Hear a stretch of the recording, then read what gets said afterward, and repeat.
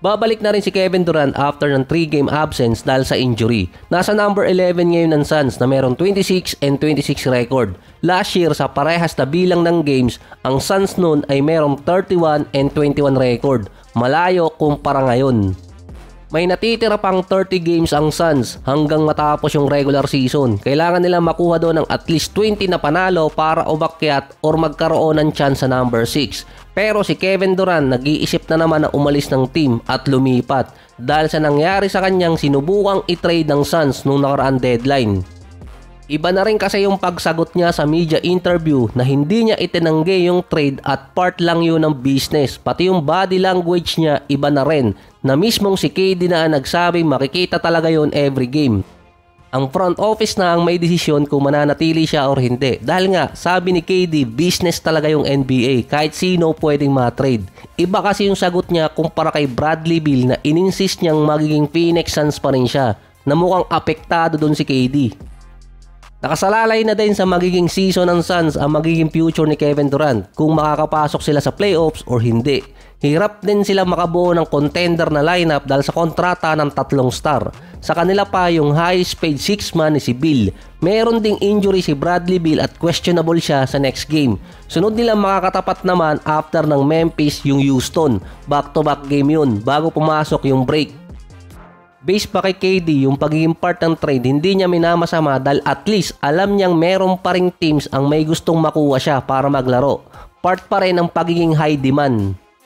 Bago kasi yung deadline, expected na si Kevin Durant yung magre-request ng trade kaya inunahan na ng Suns na matrade. Hindi pa natatapos yung season, meron ng mga teams ang interesado makuha si KD sa off-season. Kaya nga sabi niya part pa rin ng pagiging high demand. Kahit 36 years old na si KD, nag-a-average pa rin siya ng 27.6 rebounds, 4 assists, 52 and 39%.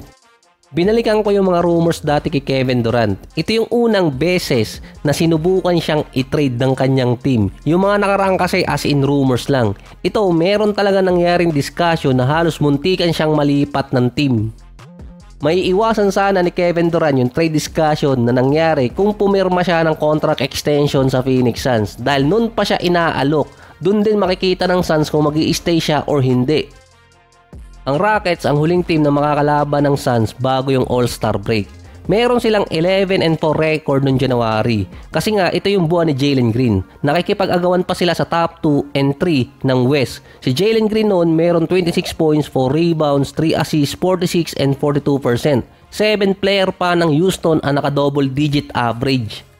2 beses nilang tinalo yung Cavaliers at tinalo din nila yung Boston. Pangbakbakan sa playoffs yung Rockets nun sa buwan ng January. Nang pumasok ang buwan ng putukan ang February, meron naman silang 1 and 5 record. Nadalawahan sila ng Brooklyn. Si Green nag-average pa rin naman ng 20 points, 4 rebounds at 4 assists pero bumaba siya sa 41 and 30%.